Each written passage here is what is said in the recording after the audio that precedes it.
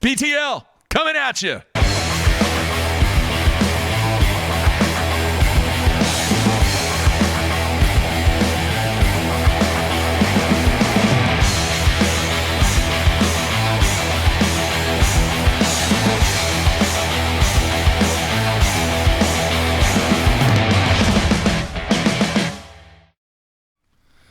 Good Monday, everybody. Welcome once again to BTL Bass Talk Live, where we're going to talk bass fishing and anything else that we want to talk about. Matthew, our first Monday show of 2019, and we've got a good one today, but all kinds of stuff taking place down in Texas. Well, nothing took place in Texas yesterday. We're going to talk about that. Which was supposed to be the final day of the first FLW Tour stop. A excellent opportunity for Terry Bolden to get his first FLW Tour win. I did not realize he had not won one. Did you? I did not. I just assumed that he had won 3 or 4 on Kentucky Lake back in the day, and it just had a little bit of a dry spell. Yeah. But he hadn't. Wow, he's been doing it a long time, too. Right. I had no idea. So I wouldn't say it's a coronation today with the weather canceling yesterday's, because anything can happen on Rayburn. We've seen multiple high 20 bags weighed in this week, but based on the early FLW live coverage, he's got a limit in the box. Yeah. And he's making one cast. Yeah, had 33.9, I believe, on, what was that, day 2? Yeah. That's crazy. We're 1 for 1. I said before this year started, out of the 7 regular season tour events, there is a possibility for 6 of them to take 80 pounds to win. I thought maybe we would get derailed right off the bat with the 9 foot of high water on Rayburn, but not the case. No. And you're talking with some of the guys. Sounds like to me, and based upon all the reports that are coming out, this turned into a spot tournament rather than, kind of a run and gun thing. A lot of one spot casts. You see how Terry Bolden's catching him. You see how a number of other anglers are catching him. A lot of guys utilizing the spot lock feature. Talk about it all the time. On their trolling motor and having 1 or 2 spots that they're catching the majority of their weight off of. But there is something else that I want to bring up that I know they've talked a little bit about it on FLW Live, but I think we are in the midst of seeing a new superstar, I guess, emerge on the FLW Tour. And from my short interviews with him that I did at the Forest Wood Cup, watching him at the BFL on Cross Lake, watching how he conducted himself at the Cup, on live this week. You have any idea who I'm talking about? Yeah, the guy that's sitting currently in second place. Who's that? Nick LeBrun. Yeah. This dude's good. Won the All-American. He's very humble. He reminds me a lot of James Niggemeyer. When he catches him, he deflects all the attention away from himself. When he doesn't catch him, he's still got a really positive attitude. But he seems to always catch him. Go back. You can look at his stats. I mean, the guy has been on a roll. He's won 3 tournaments in the last 3 years, including the All-American, 2 BFLs. One of them was on Sam Rayburn. He finished 4th in the Forest Wood Cup. He is in the top 10 here in this tournament. He has already over $204,000 in earnings. He's only fished 51 tournaments, and he has 18 top 10s. He's going to be leading most likely the Rookie of the Year race after this, after one event, and another top 10 under his belt. Works very well on camera, can obviously catch him a number of ways. You saw him deflecting the crankbait there. We've seen him in the deep clear water. Now we've seen him in flooded Sam Rayburn. So he is on my radar now, Mark. Sounds like a stick, and he's definitely proven himself today and really all week. Now, what do you think about this Monday live thing? I was thinking about this on the way here, driving. I have an hour and 45-minute commute, Mark. Yeah. Why does one tour, and I know the BPT has gone to some more weekday stuff. Yeah. Why is it not a Friday, Saturday, Sunday, I Monday tournament? Because then get this. 100%. Get this. Okay, so FLW Tour on Saturday, you cut to the top 30, right? Well, if you want to come out with a family, let's say you want to meet Scott Martin, and Scott Martin finishes 50th. Well, he ain't going to be there on Saturday. He might be because he's doing everything under the sun. He might have everything set up there. But it's just as an example. Well, now, if you do Friday, Saturday, Sunday, Monday, then you have the full field fishing on Saturday, correct? That is correct. That way you can meet your favorite pro. You can come out. You can take the family. You get more bang for your buck. Then you have the top 30. Then you have everybody being unproductive at work, and your numbers on the live go through the roof, especially with all these tours that are overlapping on each other. I agree. Now, I know a lot of guys have other jobs and everything to get the week started. It pushes but it it's back. only 10 guys. Right. That's what I'm saying. And if you're fishing on the final day, you could probably take a day off of whatever you're doing. Friday, Saturday, Sunday, Monday. Call in sick. Friday, Saturday, Sunday, Monday. That is the way it needs to be done from now on. I like it. And it won't be, obviously, because the schedule's set. But I'm willing to bet that their numbers for this Monday, live, FLW Lives, are probably going to be some of the best of the year because everybody, it's the only show in town today. Yeah. And everybody's Besides at work. us. Well, you know what I'm talking about. No, this is a regular Monday, Tuesday, Wednesday thing. And everybody's at work, and especially early in the year, there's a lot of people that are still trying to scratch the fishing itch because their water's frozen over. So... All right, another FLW event, another time that BT is in the top 10. Actually in the top 3, talking about Brian Thrift. He just keeps plugging away, man. Yeah. It's no longer impressive unless he wins by 5 pounds. I was looking at the distance between first place and 10th place. I mean, you've got a pretty big gap there. But at Rayburn, anything can happen. And I guess the high water didn't really come into play as far as it being that whole spot thing versus an area thing. I think it might have. I don't see Dickie Newberry fishing today. I know. I don't see Todd Castledine fishing today. I don't see Russell Cecil fishing What today. happened to the HFA? I guess Wesley Strader was right. Imagine that. Now, Jim Tutt and a couple other guys. Like I said, LeBron's won on there before. Terry Bolton, offshore specialist. Yeah. So, but yeah, I mean, there were a number of big-time Texas anglers who you would have... Failed. There you go with the failure again. I don't know if they failed. They did not catch them as well as they planned on. What is the object of the game, Matthew? To do what? Yeah, they failed.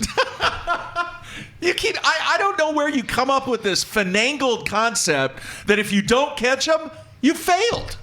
Bottom line. If you do not catch them, you failed. Now, did you learn something? That's not what I'm saying. Did you gain vast amounts of knowledge to where you won't make the same mistakes in future events, maybe? Absolutely. So you're saying every time your basketball team loses, it's a failure? We failed. You walk in and say, you guys failed. We failed. Now, did we accomplish some things? Right, like on Friday, we played the number 3 team in a class higher than us, and we lost by 12. Did we fail? Yes. The objective was to do what? Win. Now, did we do some things right? Absolutely, because what happened the very next day? We played the number 16 in a class higher than us, and we win by 12. See, I feel like you're looking at it black and white, and I feel that in a sport where Terry Bolton could be on tour for 20 years and not win... I'm not talking about success a career. And failure has that in fishing the defined line of success and failure. There's a lot of gray area in there, Mark.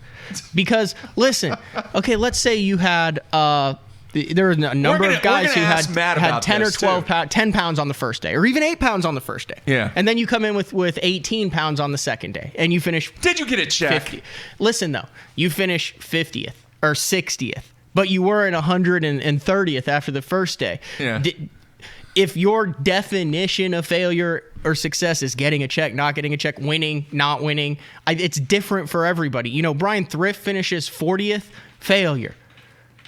An angler in his first tour event finishes 40th, success.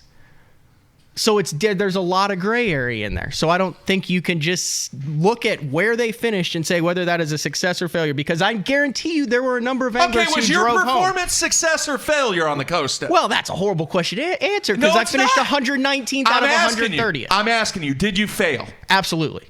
100%. 100%. Did you learn anything from it, though? Right. You did. So you gained valuable information. That's not what I'm talking about. No, but I would not have deemed it a failure had I finished 60th or 70th. And not get a check? After being in 95th the first day, if I'd have moved up, no, I would have not called that a failure. So any other professional athlete or professional team, if you go out and you stink it up in the first half of the season, but you come back and you play 500 ball in the second half of the season, you would consider that not a failure, and you don't make the playoffs? It depends on what was the Browns season a failure this year? The Cleveland Browns season? No, it's the best season that they've had in 20 years? Was it a failure? Since they had Brian They didn't Sipe? make the playoffs. It was a failure They weren't a because they did 500 not. team. Did they improve? Absolutely. If you ask, I think a majority of people about the Cleveland Browns, they would say they had a successful season based on what their That's past because history they has sucked, been. dude. Now you're getting into the gray area. You're proving my point, Mark. I am proving your point. You're proving my point. They sucked. They were horrible. You're proving They were my one point. of the worst NFL teams. So if you go from hang on, you had 119th place fishing, it finish. is situational. You had 119th place finish in the coast. If you come back to the next one on Kentucky Lake and you finished in 71st, No, it depends on how. It depends on. you've improved. No, You've gotten better. it depends on the circumstances around it. If you're taking it out of context, there, it depends on how you reach that 71st place finish. Jake in Ohio threw this out on the instant feedback. He said, "You guys are arguing about micro macro stuff. If you can make a living as a tour pro year after year, you're not a failure." That's not what I'm saying. I'm talking about a specific event. That's all I'm talking And about. all I'm saying is, for different anglers, the Yeah. line between success and failure is drastically different. The line between success and failure for Brian Thrift Yeah. is drastically different than the line between success and failure for an angler in his first year, an angler who's never fished Sam Rayburn before, Yeah. an angler who his goal is cashing a check. I've said this before. Fred Urbanus used to have on the dash of his boat, fish to win. Winning is cashing a check. That's what it said. Now, are you going to find that sign on Kevin Van Dam's dash? Hell no. No. Situationally. I don't know. I like the macro micro comparison though. I like that. He's kind of right on that. I'm right in this scenario. No, you're not. You're so far from it. Anyway, we'll get Matt's opinion. We're going to have Matt Herren on here in about 5 minutes, live via Skype from Alabama. He's going to talk about the Elite Series, what he is expecting this year, and some things that have happened, obviously, during the offseason. We'll get into that a little bit. But when I was setting the show up, Matt, we actually talked about something that I didn't even think about. What is taking place right now, besides obviously the FLW event, but all across the country, what is taking place? Athletically? No, Sports related? in the fishing world. In the fishing world. Yeah, what is taking place Boat all across shows. boat shows, tackle shows, all kinds of things from and you have this cross tournament. Yeah, Zona trail talked that's a little going bit on. about it. You've got guys who are standing next to guys that are, you get guys who both run Bass Cat boats, one guy's on the Elite Series, one guy's in the Major League Fishing Tour, Yeah. one guy's on the FLW Tour, and they all made different decisions or didn't get invited Yeah. to it, and they're standing on the same padded carpet and fluorescent lighting for 9 hours a day, going Yeah. through insane So we're, amounts of hand sanitizer. We're going to get Matt's take on his experience so far at working the shows with multiple anglers that belong to multiple tours and see kind of what that situation's like. Chad in Canada says, I got the Ricky Bobby mentality. If you're not first, you're last. No, that's not what I'm saying. That's exactly That what is you not said. what I'm saying. And then Jake in Ohio says 160 guys aren't failing at Rayburn this week. I don't know what else I can say. If you guys want to be a bunch of pansies out there and think that finishing 149th or 110th or 108th Well, now you're taking it to an is extreme. successful, That's not what I said. okay, 3 spots out of getting a check, then so be it. Have fun. That could be very successful at the end of the year, and you make the Forest Wood Cup, go out, blast 20 pounds in Arkansas, and lift the trophy because you finished 54th I'm talking at about Rayburn in the beginning of the year, and made the cup by 5 specific points. event. That's all I'm talking about. I'm not talking about the entire season. Jeez, people. I mean, I don't get it. If you go out and you don't at least get a check, make a little money, you have not had a successful event. That is the bottom line. I'm not saying if you go out and you win every single event that you've had a successful event. finishing in top tier, earn a living, just like I think TJ or Chad said, and that is a successful season. But if you go out and you stink it up, I'm sorry, that is failure. That's not what I was talking about. That is failure. And you got to get better. Okay. All right? I'm really interested to see what Matt's thoughts are on this. When has losing been an accepted activity? When is that? You're not. What happened? You're looking What at has something. happened? You're looking at something. You're looking at some. Look at the guy. Terry Bolton is a prime example. That's what started this whole thing. Look at how much, based on your definition, he has lost. He has not. You just said, when has losing been acceptable? He has not won in 20 years on tour. I'm talking about when is not at least making a check being accepted as, oh, okay, that's not a failure. Yeah, we just got a message. We're the battle bots. I put him in the office. I You told me to get him honestly out there. think you're getting older and bitter in this scenario. Oh, And that you're closed-minded to that the is reality so of it. wrong. That is so, what if I told all the kids that I coach, you're choking me up now.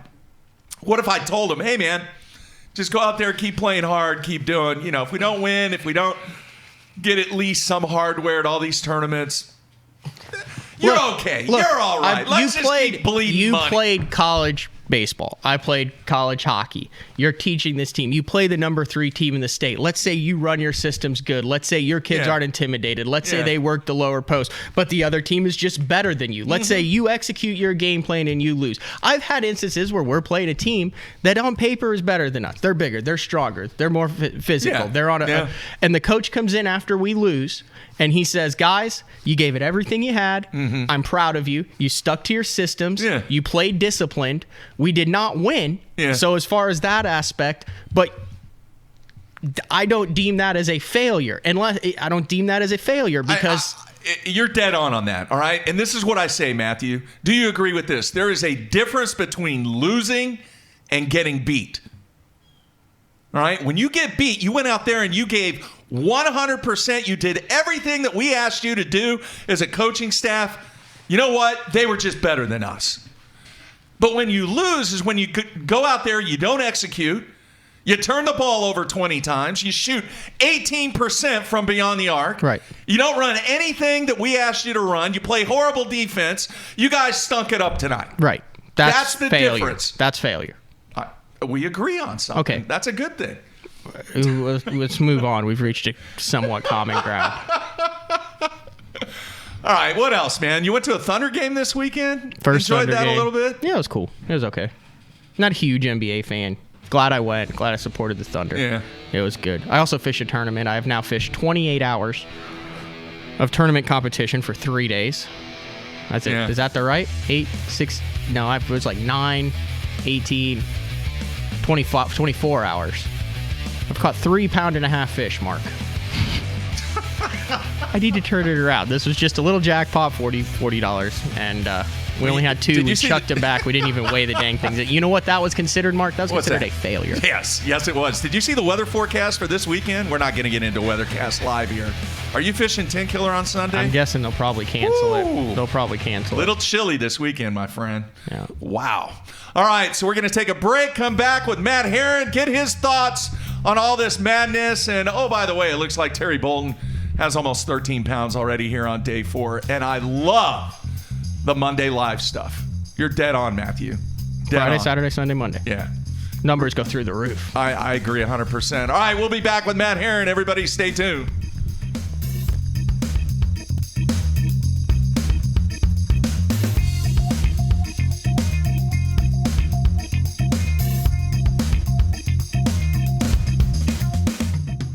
Sleek new design with easy control file.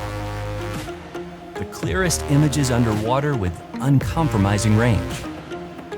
Live mapping from the touchscreen. View notifications, video, even Google Maps on screen. And for the first time ever, real-time view of fish movements with live sight sonar. HDS Live. New from Lowrance.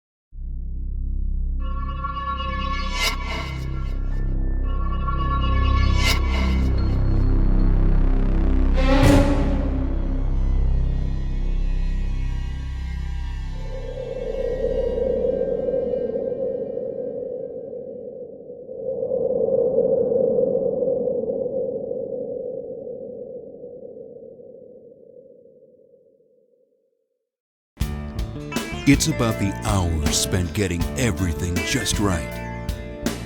It's the attention to detail. Good just isn't good enough. It's the years spent on the water day after day.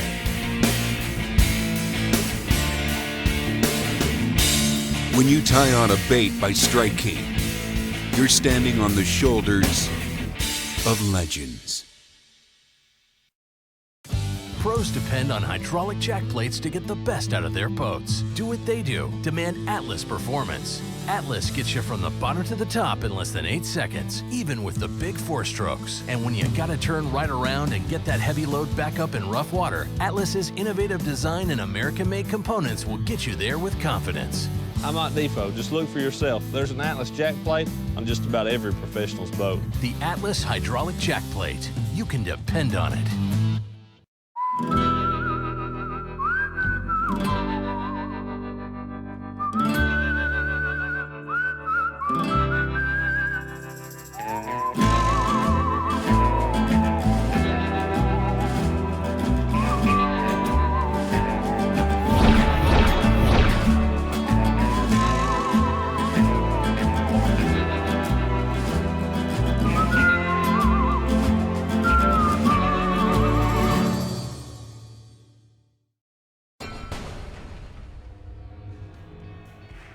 Hey guys, Aaron Martins here. I'm going to be telling you about a new product by Sunline. It's Siglon PE x8. I've been using it almost extensively all year for my frogging, flipping, drop shotting, shaky heading, worming, jerk baiting. It's by far my favorite Sunline braid. I honestly, I don't say this unless I think it's true, but honestly it's the best braid in the market out of any of the braids. Definitely check it out. It's a price point line, $14.95 for 165 yards, and that could last you a whole year, just one spool with using leader material. It's Siglon PE x8.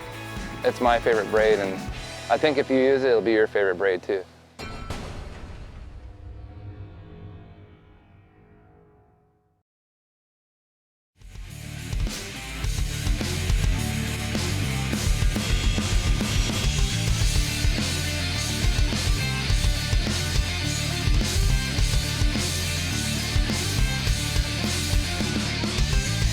All right, we are back on a Monday. Mark and Matt kicking off week number 2 here in 2019 for BTL. And a very energized first segment there, Matthew. Some good comments on the instant feedback, though. True. All right, I'm looking at Mr. Bolton still sitting there at almost 13 pounds. And then Nick has an estimated 14 pounds, but still remains behind by a little over 3 pounds. So we'll see, man. Agree 100%. We talked a little bit during the break about how Monday Live is definitely the way to go. And I don't know. We'll see. We'll see if anybody makes any adjustments on that. But the amount of people that are watching today, obviously, I think more people would watch today than Sunday. People have stuff going on Sundays. Agree? Yeah. What are you looking at? Just stuff. Anything interesting? Mm-hmm. Anything you can mention before we go to Matt? Well, no, it kind of involves Matt. It's kind of the nail in the coffin on my point What's that? that I'm hoping Matt will agree with me on. I'm sure he will. Let's see. Let's bring him in. Matt, you there, man? I'm here, guys. Hey, y'all want me to be the referee on this fight? Well, we definitely want your take on it. Thanks once again for taking time out.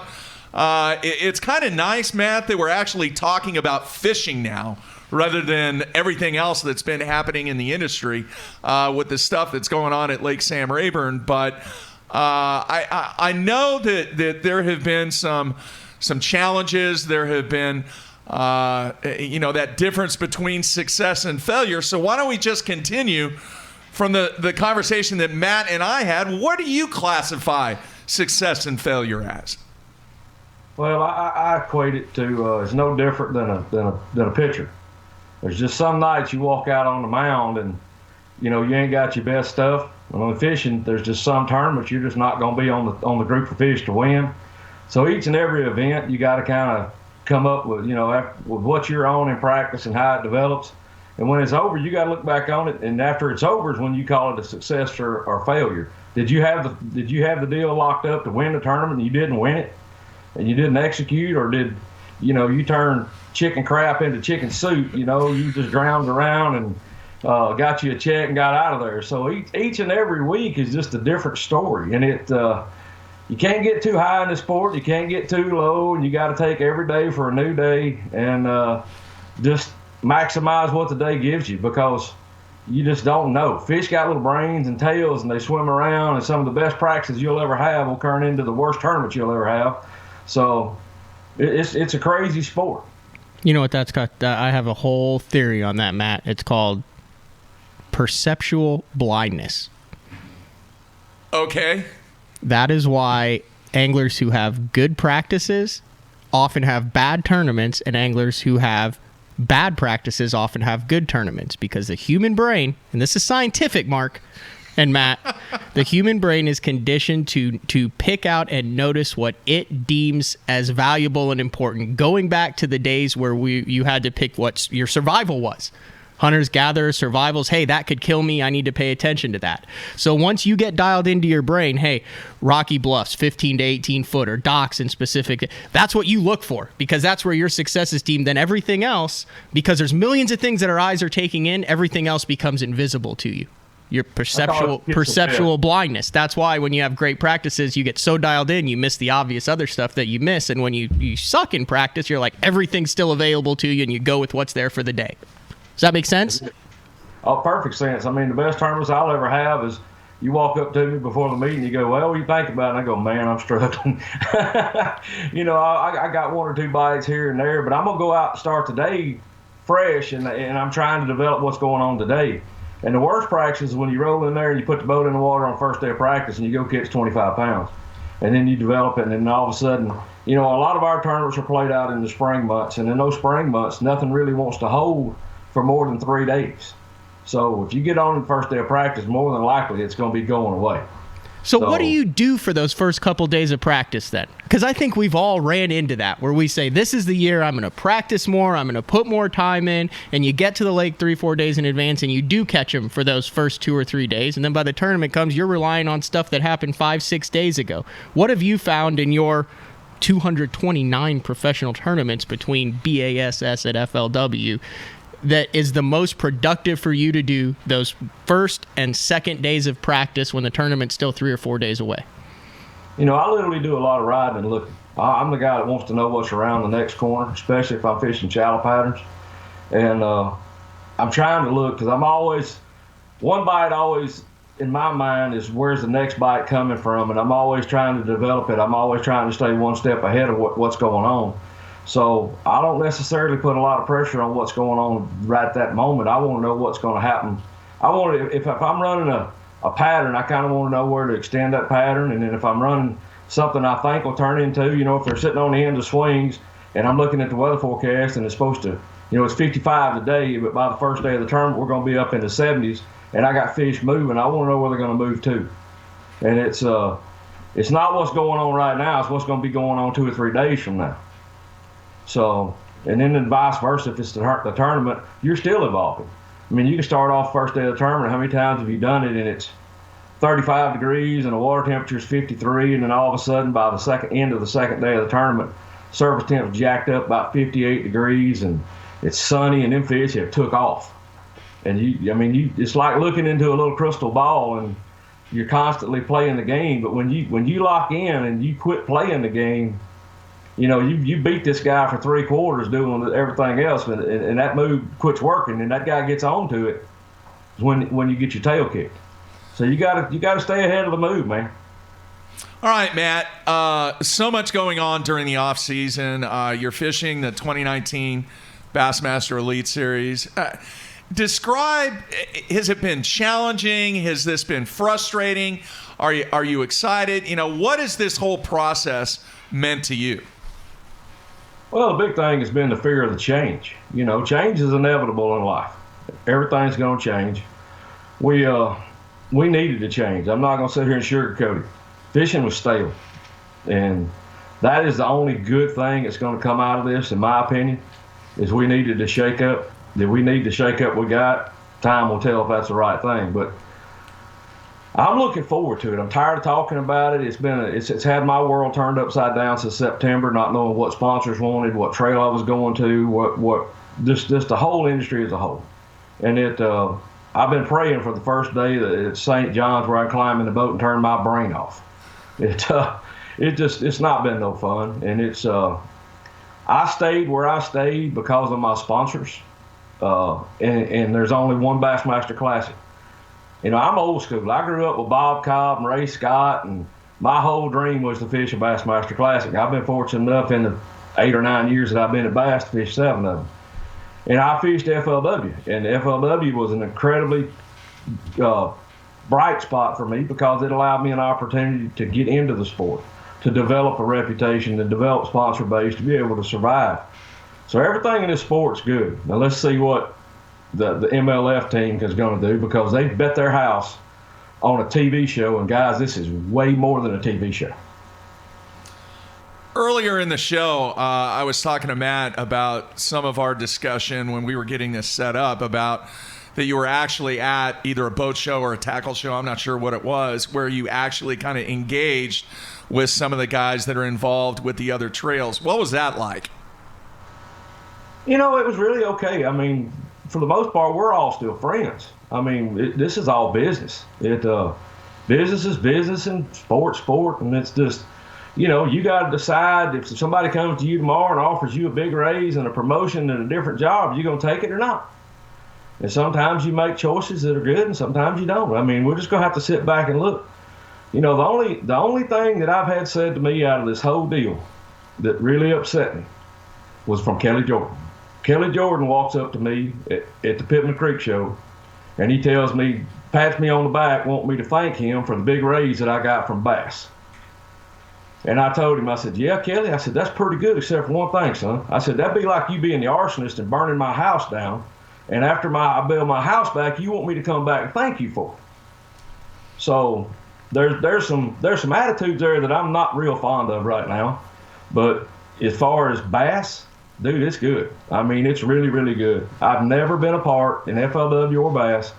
They brought us all into Birmingham, and they actually put third-party numbers on the table. We've seen third-party numbers as far as impressions now, as far as projected impressions, as far as their vision for the future, as far as the whole 9 yards, and they are really stepping out there. I mean, they have to. I mean, the game's changed, but they've been around the sport a long time, and they've got the wherewithal. They've got the media platforms to do it. So, and as far as a group of anglers, dude, I ain't never seen 75 guys bought in like that. I mean, I'm closer now. It's kind of funny. The biggest thing it's done is that this, and it's probably on all the tours, but especially with our tour, it caused a bunch of us that stayed at Bass to have some deep conversations among us guys that I didn't necessarily interact with a lot. You're always around them, but you just don't cross paths. Well, over the course of the fall, God, I mean, I have spent a lot of hours talking to guys I never dreamed that I would talk hours with. And we got some good dudes, man, and I think we're going to have a very, very positive year.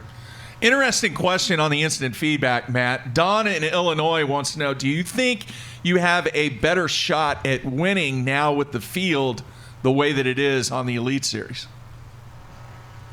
Yeah, no, I've never looked at the field, guys. It ain't about the field. It's about catching fish. And if you look at the field, if you're looking at who you're fishing against, I mean, there's a lot of trophies and a lot of hardware and a lot of reasons why you can come up with why you can't win.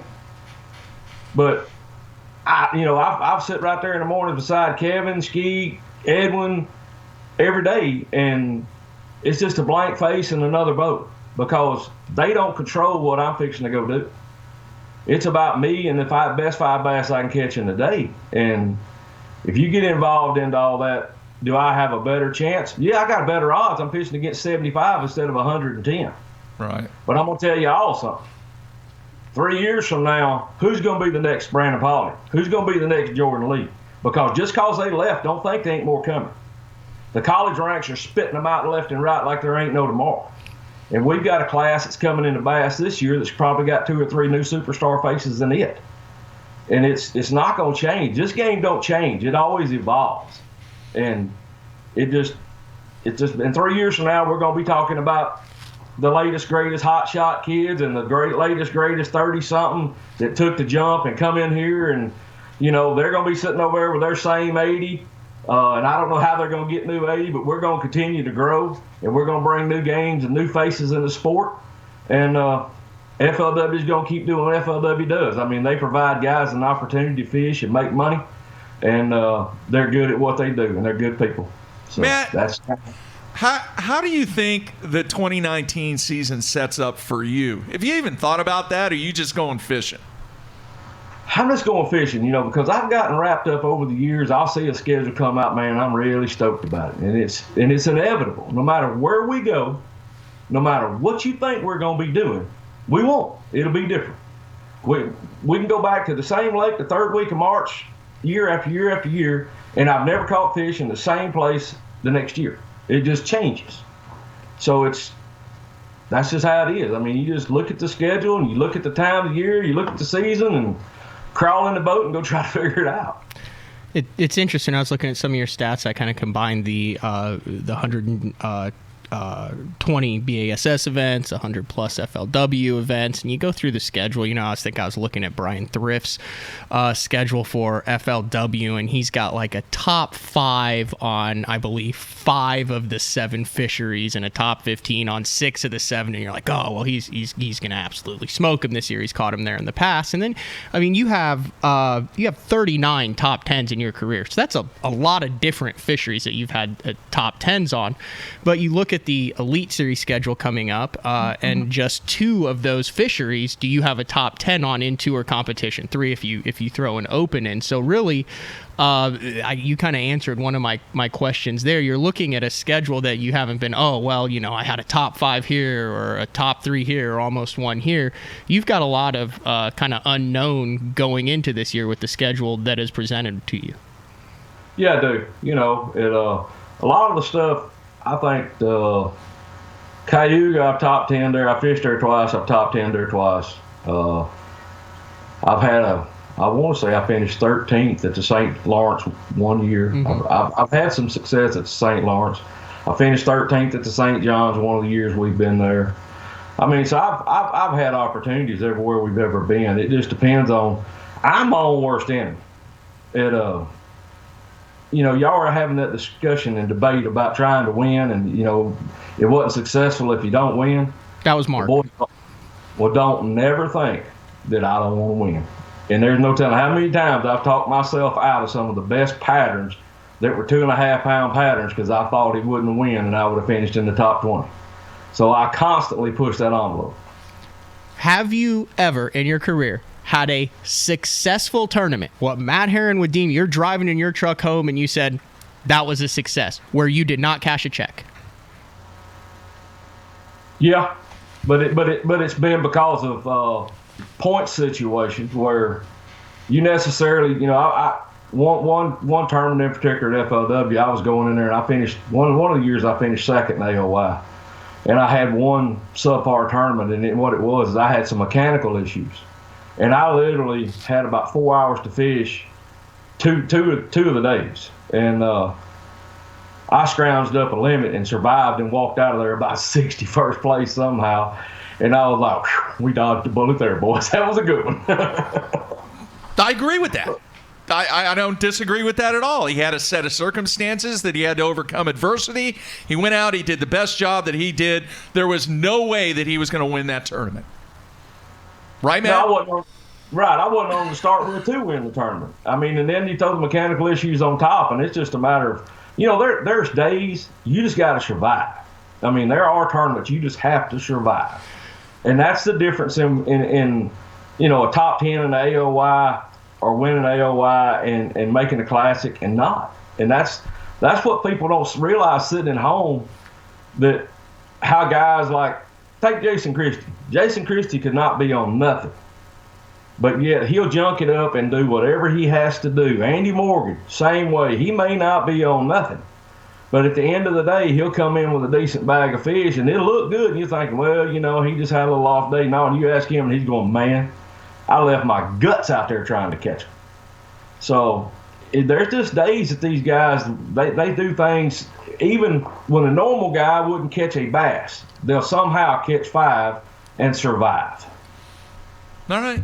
Matt, I want to pick your brain. From all of the experience that you have, what is the right number of days for practice? How many days is the right day?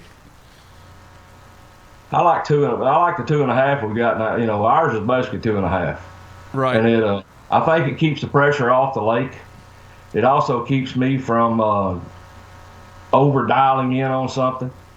I don't like to spend too much time there because I'll get overcommitted and I'll hang myself. So I just look. I love it when I the last day of practice. I ain't caught nothing all week, and the last day of practice at noon, I get 2 or 3 bites and the light goes off.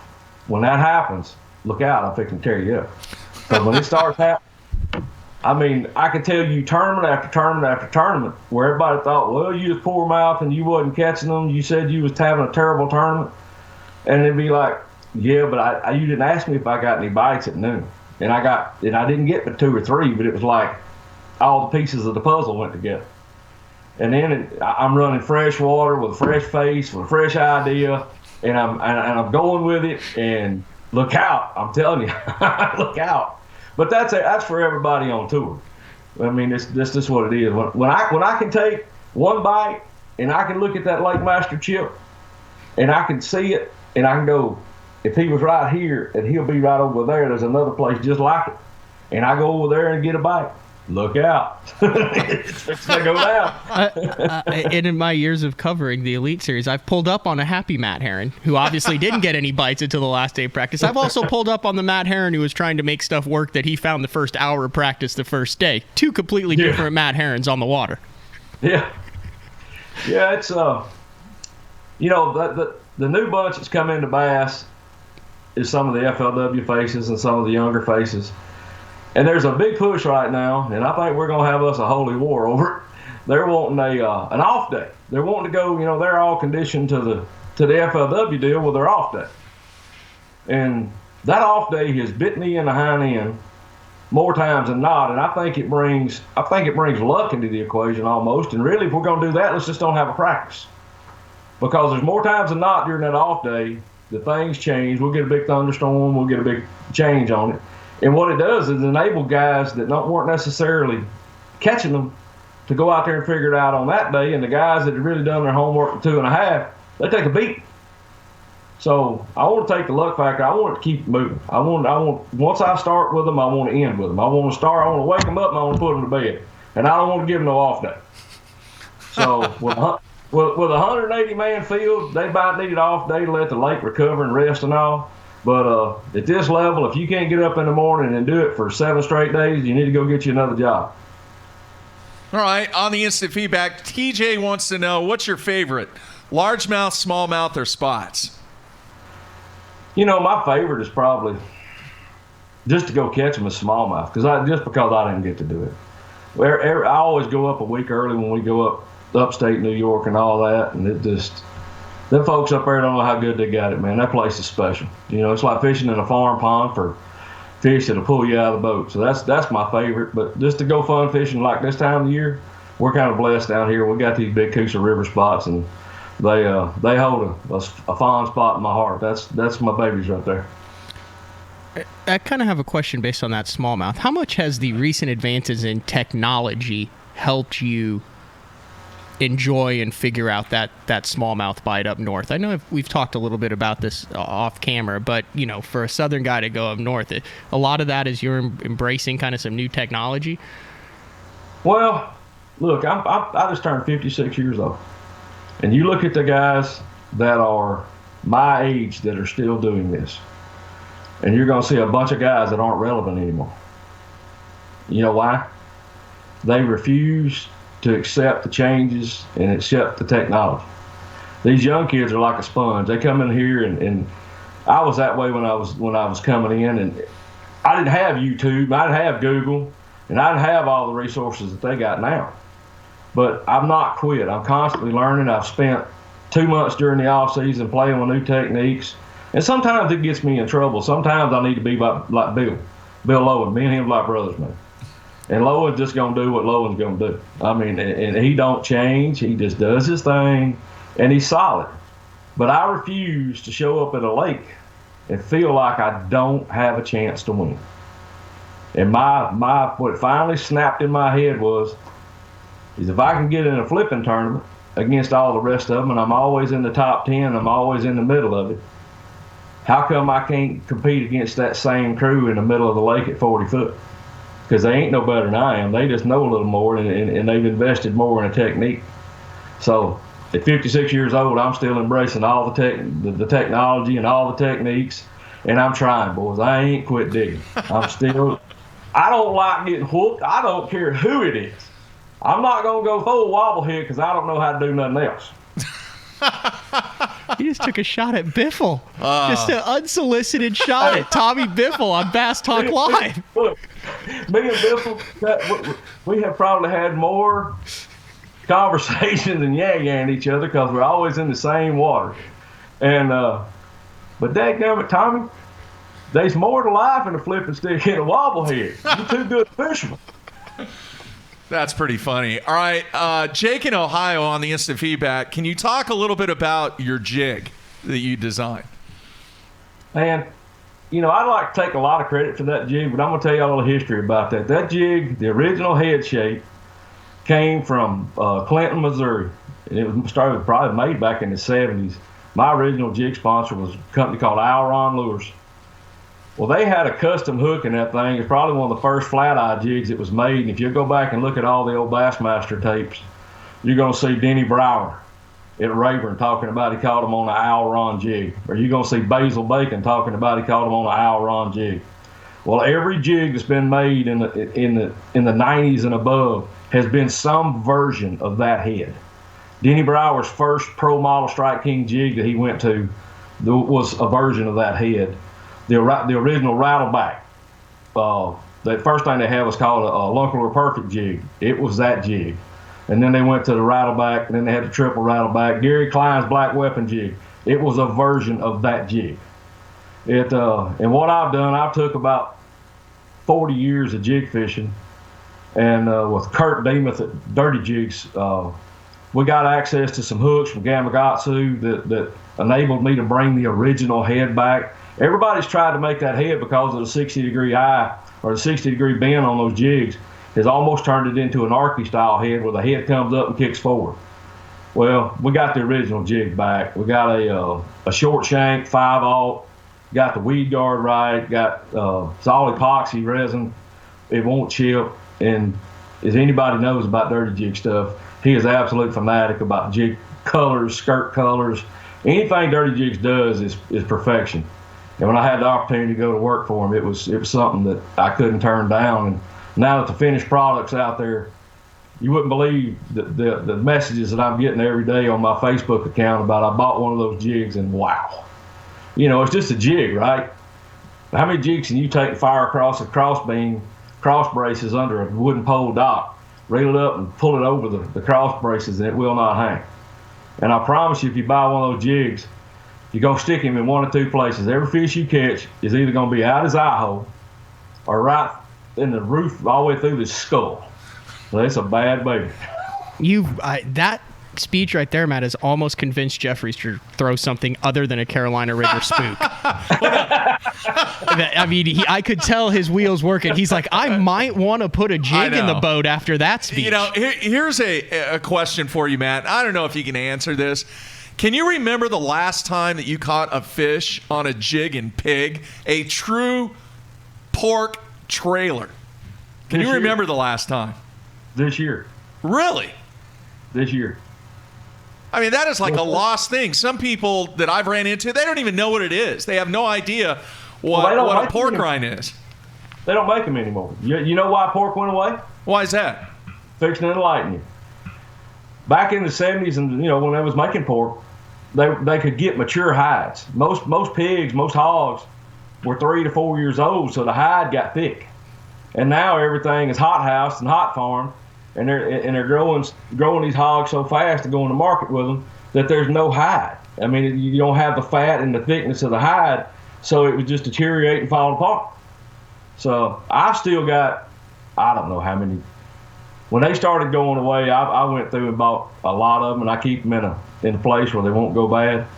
But if it's muddy water or cooler water, don't think you won't find a chunk on my deck. Okay. It's a funny story.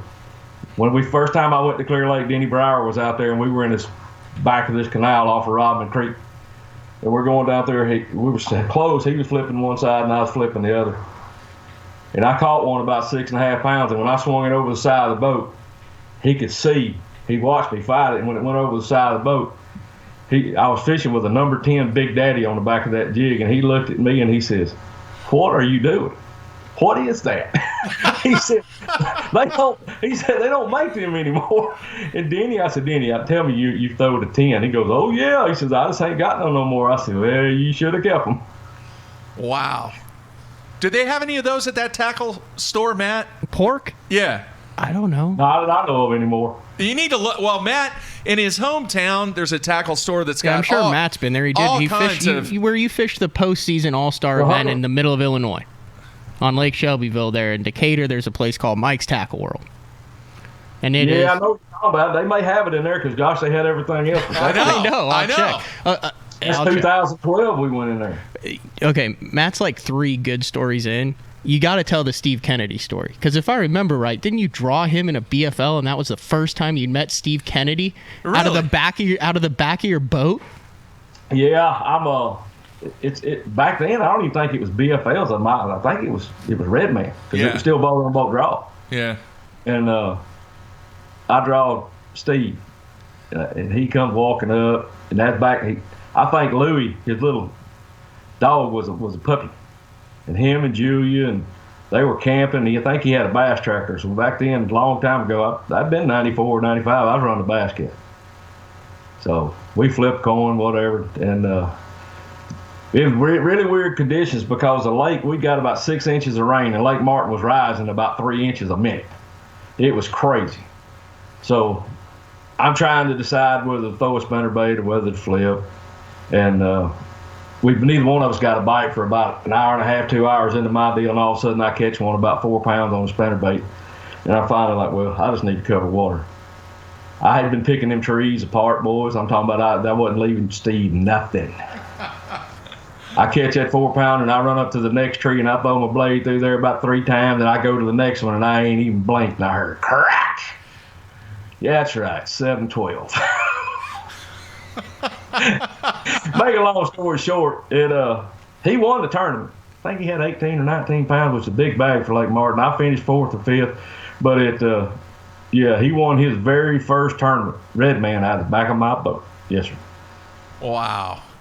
That's a good story. That's very, very vintage there. This shows you we're old, man. Hey, I'm right there with you, Matt. Would you I'm right like there to with see you. a specialty event that goes back to boater on boater draw? Would that not be a cool, like, you go bring back the All-Star event and have you guys fish against each other, but draw out for a tournament that doesn't count for points anymore? Right. I was cutting up Pollock somewhere. I told him, I said, I'd like to see us find a lake somewhere where there ain't no topo maps and all we get is, or there ain't no mapping cards. We'll get a paper map and a flasher and let's go fishing. 2 to a boat, paper map, flasher. Because now he may be able to deal with a flasher because he probably ice fished when he was a kid. Yeah. But I'm gonna tell you, if you took 90% of these kids that are coming out of college and we just went and got us a 1260 flasher or a Humminbird Super 60 and a paper map, I'll beat their teeth out. Matt, I was doing a media event on Toledo Bend, and I got paired up, for my 3 hours with David Fritz. Right. Fritz has a flasher in the boat. So we go Yes, out sir. and I shoot my videos and he catches a couple on a crankbait and we're going back in. And I said, dude, we got half an hour. I said, will you show me how a flasher works? And he said, sure. he said, here's why I've got it on. He talked about how you can tell what the depth is when you're running a lot more and it bounces back to hard bottoms and not. And we're sitting there and he's showing me, and I still can't tell what I'm looking at. And he's like, boom, boom, boom. Look, this shows how quick the drop is as opposed to what you're looking at. And then he's like, oh, there's a fish there on the blip. It was unbelievable how he still uses that flasher that's right underneath his $8,000 worth of graphs. I mean, that's what we learned to fish with. I mean, I can remember the very first, the Eagle Mach 1 or something, paper graph that come out, and then it just kind of evolved. So, but yeah, them red blips used to mean everything, boys. I mean, you see guys, that's all they had. They had a couple flashers in the boat, and I'm talking about them cats could catch them offshore. But I'm going to tell you this, though. We could not fish the depth then that we fish now. And the reason why I say that, we were fishing with blue string or big game, and it stretched like a banjo string with lead sinkers, and 12, 15 foot deep was deep. I mean, you had to have a broomstick set the hook because the line was going to stretch 18 feet when you set the hook. And now, we can pull out there and you got braid, fluorocarbon, and you can sit right on top of them and drop down there in 60 foot of water and watch a little video game and go, oh, he's going to bite it. There he is. So, I mean, it's a lot more fun. It makes it easier for a lot of people to get, catch a lot more fish. But it's not the same game that it was back then. Yeah. Are you still guiding, Matt? No, I do for special occasions. I'm doing one trip this year, the last week of February, for a kid's 16th birthday. His daddy come to me, and stuff like that I'll do, and then just special occasions I will, just for certain circumstances. But I don't really guide. Well, what's the last team tournament you fished? I fished one this year. Really? Yeah, when I'm at home now, I still like to fish for my sons, and to me that's still fun. I can't fish many anymore around here. They kind of get fussy because of the pro thing or whatever. But there's still several of them that a bunch of the guys that like up here on gas and stuff that, God, you want to earn your stripes. Come up to the Sunday morning tournament, Neely Henry, if you want to earn your stripes. Terry Tucker's up there, Wes Logan's up there, I'm up there. Howell comes down, used to come down and fish with us. I mean, there'd be 8 or 10 of us, and if you want to fish a daylight to noon tournament, you had to catch them, boy. You had to catch them. Wow. But that's the part I miss about it. I miss the interaction with all my old buddies and all the and everybody giving each other the lip wedge and talking smack, and that was fun, man. I mean, that was straight up fun. Absolutely. All right, man, we're going to let you go, but I wish you nothing but the best this year. I think you're going to have a great season, and really appreciate you taking time out. And I think things are good, man. I think things are all going to work out, and wish you nothing but the best, Matt. You're one of my favorite guys out there, and us old school guys got to stick together, man. Here we do. We're dying off, man. I know. All right, Matt. Take care. Good luck to you. We will see you soon, my friend. See you guys. All right, there you have it. Matt Herren. Great stuff, man. He's got great stories, too. Mm-hmm. And not that, we didn't have him on, obviously, to settle our argument or anything like that, but some of the insight that he has, and I think he's definitely poised to have a good season this year, especially with the places that the Elite Series is going to this year. I'm kind of inclined to think that there's a number of anglers on the FLW Tour, the Bass Pro Tour, and the Elite Series who, and he mentioned he used the word stale, mm-hmm. who had just been taking it year after year. They're in a position they could maintain their sponsors. They had older kids, stuff was going in. They just weren't energized, rejuvenated. Not that they weren't giving it 100%, but they weren't kind of going that little extra. And I think this shakeup, I think you're going to see a lot of guys who you maybe haven't, quote, heard from in the past 5 to 10 years, but who are still around. And you're going to see them start catching them again. I don't think I've ever asked you this question about this whole situation. And, Matt, he was obviously right in the middle of it. There was some, you can sense there's some tense feelings towards certain situations. Oh, he was pissed off. Yeah, and I mean, we didn't really get into it, but do you think this whole situation could have been averted if one time, all 105 guys or whatever the number was in the Elite Series showed up at the boat ramp and said, you know what, boys, we're not fishing today. We're not fishing today unless some things change. This is what needs to change. How many times have I said that off air? I don't know. Hypothetically asked, I mean, what happens if people don't show up for a day of the tournament? Say, we're not happy about this. Like, basically a strike. Yeah. But, I mean, you'll never know. Yeah. You basically had that happen. It just wasn't one day. It was a career. Yeah. It's interesting the way things are shaking out. Yeah. All right. I'm glancing at what's going on. What do you think? What do you think Bass would have done? What do you think Bass would have done if day one of the season, everyone's there, they've practiced, they've had the meeting, and then they show up to the ramp on the first morning. Nobody's there. And everyone's there without any boats. I think it would have shaken things up. I think there would have been some stuff happen. But just like you said, who knows? We're never going to know. I don't think it would have been galvanizing between the organization and the anglers. It would have been bitter. Yeah. This has been a galvanizing process, I believe, on all fronts for all organizations. Yeah, I agree. It's nice. It's nice, though, that we're actually kind of talking about fishing a little bit now. Yeah, we got us a jig story. Yeah. He took a shot at Biffle. So it's all good. It's all good, man. It's going to, it is what it is. 2019 is probably going to go down in history as one of the most compelling years in the game of professional bass fishing. We're going to see what happens. Are we still planning on having the FLW Tour Victor on tomorrow, or is he going to be shooting day 5? Well, see, that was the whole deal. That's why we moved it over to Tuesday, but now with the delay, I don't know if we're going to be able to have the champion on tomorrow. If not, we will have a pinch hitter, and then we'll probably have the winner on next week. Probably next week, depending on the schedule, because on Thursday we have Carl scheduled, correct? Incorrect. On Wednesday we have Carl scheduled. Today's Tuesday. Monday. Oh, yeah, I'm sorry. Last week kind of screwed up because we went Tuesday, Wednesday, Thursday. So, yes, on Wednesday we have Carl scheduled. So, that's how we're going to roll. We'll see what happens. I'll talk to Joe with FLW and see what the situation is, and maybe the winner can jump on for a few minutes tomorrow. If not, I will do my best to try and get somebody to pinch hit for Tuesday, and we'll go from there. Now, next week, good news. I've already got 2 of the 3 days scheduled. Next week, we're going to have Steve Kennedy on.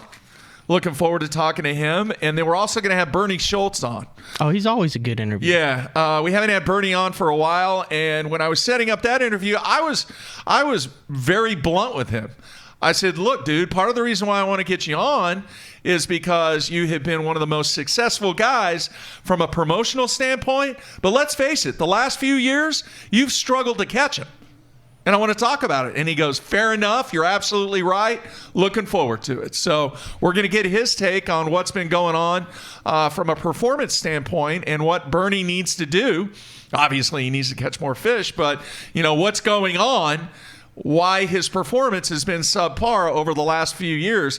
But still, one of the best promoters that are out there on tour when it comes to positioning products and just working with the media. So professional. I put Ike up there. Yeah. And Bernie Schultz is in my top 3. Yeah. For sure. Yeah. And then we're working on, he is checking his schedule. I want to get Gerald Swindle on.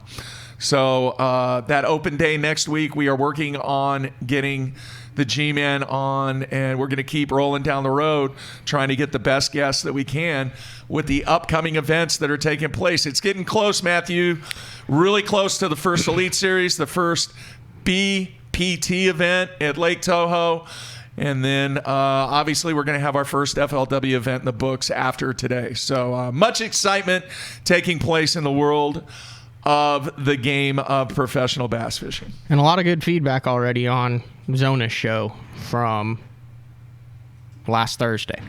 A lot of feedback. Yeah. A lot of stuff, man. That was one of our best shows, and I appreciate all the feedback. Oh, grab that. Is there a piece of paper on the printer right there? Yeah. Grab that real quick. I forgot to mention, we'll talk about this. I wanted you to read this before the show, and I forgot. A guy by the name of Sean from California. You need to read that. We'll talk about it on the show tomorrow. All right, coming at you once again, Tuesday, 8:30 a.m. Central Time, right here on BTL. We will see who takes home the hardware from Lake Sam Rayburn. Matthew, good show. I want to thank Matt Herren for being a part of BTL here on a Monday. Coming at you tomorrow. Everybody, stay tuned.